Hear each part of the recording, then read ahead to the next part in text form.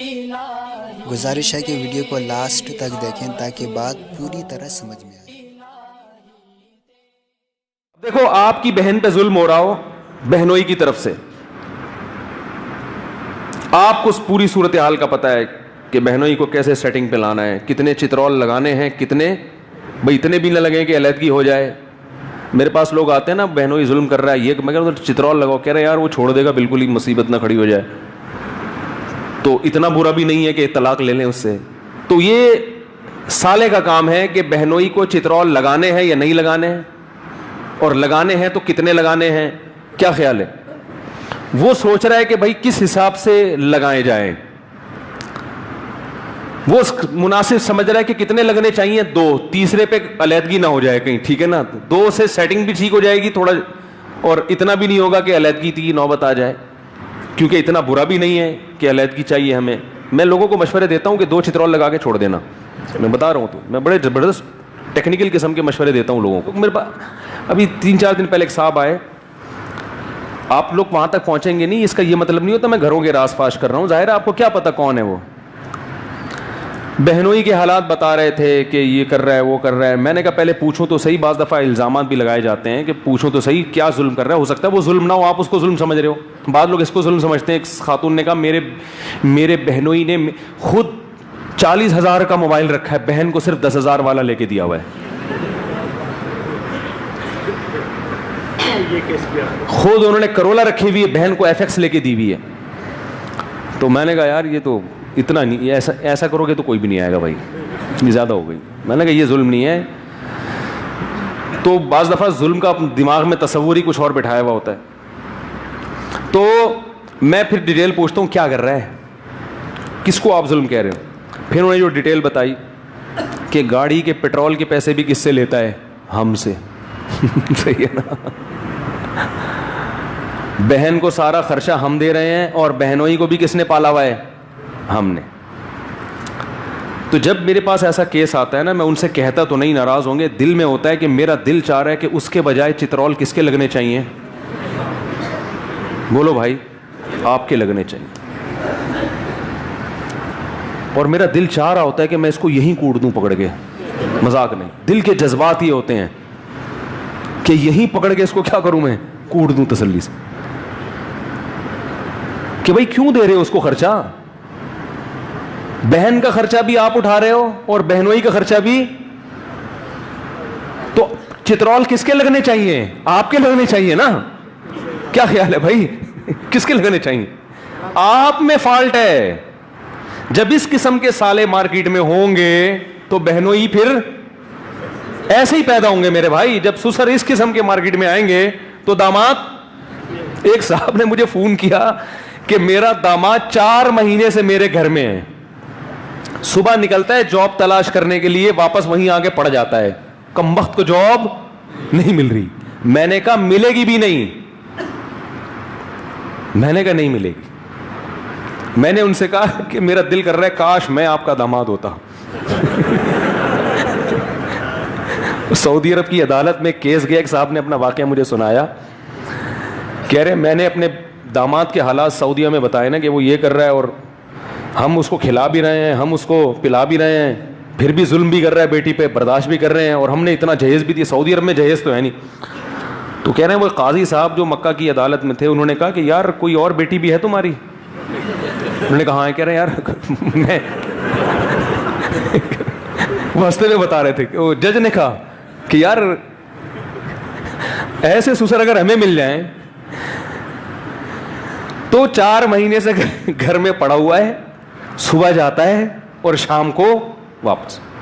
مجھے کہنے لگے کیا کروں میں نے کہا کان سے پکڑ کے باہر نکالو۔ کہہ رہے وہ تو کہے گا یار میں تو پھر میں کہاں رہوں گا، میں بیوی کو کہاں لے کے جاؤں گا۔ میں نے کہا چلو بچی کو اپنے گھر میں رکھ لو، ایسا نا روڈوں پہ لے کے گھوم رہا اس کو کان سے پکڑ کے باہر نکال دو۔ بولو بھائی بھیک مانگ کے کھاؤ، فٹ پاتھ پہ رات گزارو، یہ آپشن کون سا ہے، بی والا چل رہا ہے، بی والا، بلکہ سی میں آتا ہے، یہ کس میں آتا ہے، سی۔ میں نے کہا اس کو بولو کہ کچھ بھی کرو، سٹے لگاؤ باہر جا کے، چرس پیو، ہیروئن پیو، ہمیں کوئی غرض نہیں ہے، اس گھر میں اس وقت آنے کی آپ کو اجازت ہوگی بچی کو لے کے جانے کی جب آپ کی پراپر جاب ہوگی اور آپ ارننگ شو کرو گے کہ میری اتنی ارننگ ہے اور میں اس میں کھلا سکتا. کہہ رہے ہیں وہ پھر طلاق نہ ہو جائے. میں نے کہا ہو جائے تو اس سے زیادہ خوش نصیبی کی کیا بات ہوگی. میں نے کہا ایسے آدمی سے تو طلاق ملنا اللہ کی نعمت ہے. وہ پھر طلاق ہو گئی ان میں, پھر اس کی کہیں اور شادی بھی ہو گئی الحمدللہ. تو وہ جو صاحب کہہ رہے تھے کہ پیٹرول کے پیسے بھی ہم, اب مجھ سے مشورہ لیں کہ ہمیں کیا کرنا چاہیے.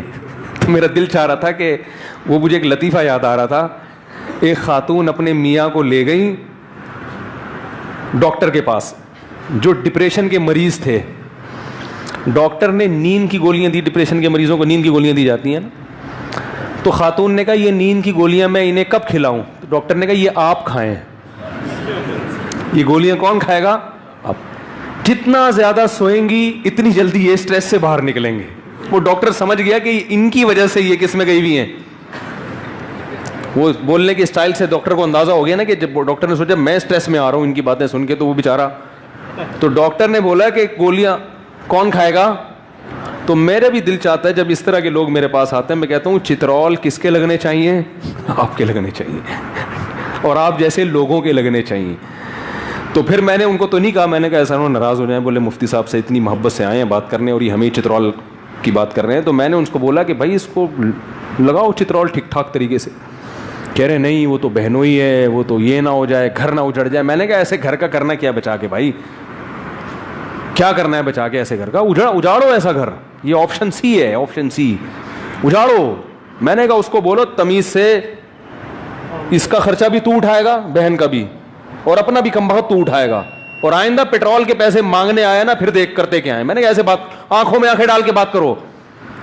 اس میں جھکنا اس کے سامنے نہیں. اخلاق نبی صلی اللہ علیہ وسلم مسکرا کے بات کرتے تھے مگر ایسے لوگوں کے ساتھ اس طرح کے لوگوں کے ساتھ مسکرا کے بات نہیں کرتے تھے. تو وہ پھر وہی ڈر ہوتا ہے طلاق ہو جائے گی. میں نے کہا بھائی لینا چاہیے ایسے موقع پہ طلاق لینی چاہیے. اس کو انسان کا بچہ بناؤ, مہلت دو اس کو, فوراً طلاق کی طرف نہ ہو, مہلت دو. بولو بھائی آج سے آپ کا دانا پانی بند, اس کو بھی یہاں سے لے کے جاؤ, گھر بھی خود پرووائڈ کرو, کماؤ بھی خود, اس کو بھی تمہارا باپ بھی کھلائے گا اس کو اور تم بھی کھلاؤ گے. نہیں کھلاتا, نہیں خرچہ اٹھاتا, ڈیورس. کہہ رہے ہیں نہیں دیتا. میں نے کہا چترول لگاؤ, اس کا باپ بھی دے گا. چترول لگاؤ, اس کا باپ بھی دے گا انشاءاللہ تعالی. کنڈی لگاؤ کمرہ بند کر کے اور تمیز سے طلاق دے گا انشاءاللہ. تو وہ خاتون کو میں نے بتایا کہ اگر واقعی ظلم ہو رہا ہے بھائی, شوہر بہت زیادہ اگر ناقابل برداشت ہے, اول تو خود سے فیصلہ نہیں کرو, کسی کے تیسرے کے پاس لے کے جاؤ. کیونکہ بعض دفعہ خواتین کو غلط فہمی ہوتی ہے کہ شوہر حقوق نہیں ادا کر رہا, وہ ادا کر رہا ہوتا ہے. آپ کو یہ غلط, اگر واقعی ہے ایسا مسئلہ ہے ناقابل برداشت ہے تو ایک آپشن اسلام نے یہ بھی دیا ہے. تو اور میں نے عرض کیا کہ قرآن کے الفاظ کیا ہیں, فمن عفا و اصلح, جو معاف کرے اور معاشرے کی اصلاح کر دے. معاف کرنے میں معاشرہ سدھر رہا ہو, فإن ذلک من عزم الامور. اللہ فرماتے ہیں یہ بڑے جگرے کا کام ہے, یہ پیغمبروں کی سنت ہے. عزم الامور تو انبیاء تھے. ایسے تب ماں باپ کی کڑوی کسیلی برداشت کرنے سے معاشرے میں اصلاح آتی ہے. سمجھ رہے ہو کہ نہیں سمجھ رہے؟ اس سے معاشرے میں کیا ہوتی ہے؟ بھائی بوڑھا باپ ہے, بوڑھی ماں ہے, اس نے تمہاری خدمت کی, برداشت کر لو. وہ بیچارے کیا بگاڑ لیں گے تمہارا؟ انہوں نے 2-4 ہاتھ لگا دیے, مار لیا, تو کھا لو مار. بوڑھے باپ کی مار میں اللہ نے کیا رکھی ہے؟ بڑی زرخیزی ہے. جیسے کھیتی کو سیراب کرنے کے لیے کھاد اور پانی چاہیے نا, تو باپ کی مار بیٹے کے لیے کیا ہے؟ دنیا اور آخرت میں عزت کا ذریعہ ہے. میں نہیں کہہ رہا بیٹے کو ماریں, لیکن اگر ابا نے ہاتھ اٹھا لیا برداشت کرو. یہاں اسلام کیا کہہ رہا ہے؟ وَلَا تَقُلْ لَهُمَا أُفٍّ. لیکن اس کی بھی ایک حد ہے, اس کی بھی ایک باؤنڈری ہے.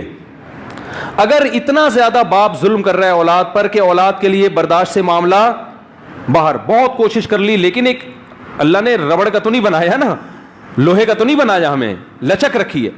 تو پھر ایسے لوگوں کو میں مشورہ دیتا ہوں کہ بھائی اگر واقعی اس طرح سے ہو رہا ہے تو پھر آپ والد سے علیحدگی اختیار کر لو, لیکن یہ انتہائی آخری درجہ ہے. اکثر تو برداشت ہی کرنا پڑتا ہے, لیکن اگر بہت زیادہ معاملہ خراب ہو گیا ہے تو پھر اس سے پہلے کہ اسٹریس میں جاؤ, ڈپریشن کے مریض بنو, ابا سے بولو بھائی علیحدہ, گھر چینج کر لو. ابا وہ کہہ رہے ہیں غیرت کے تانے دیں گے, گھر بدل رہا ہے. میں نے کہا کوئی بات نہیں, اس میں گناہ نہیں ملے گا. یہ جو ہو رہا ہے نا آپس میں جو نفرتیں پھیل رہی ہیں, بڑے نقصان سے بچنے کے لیے چھوٹا نقصان بولو بھائی برداشت کیا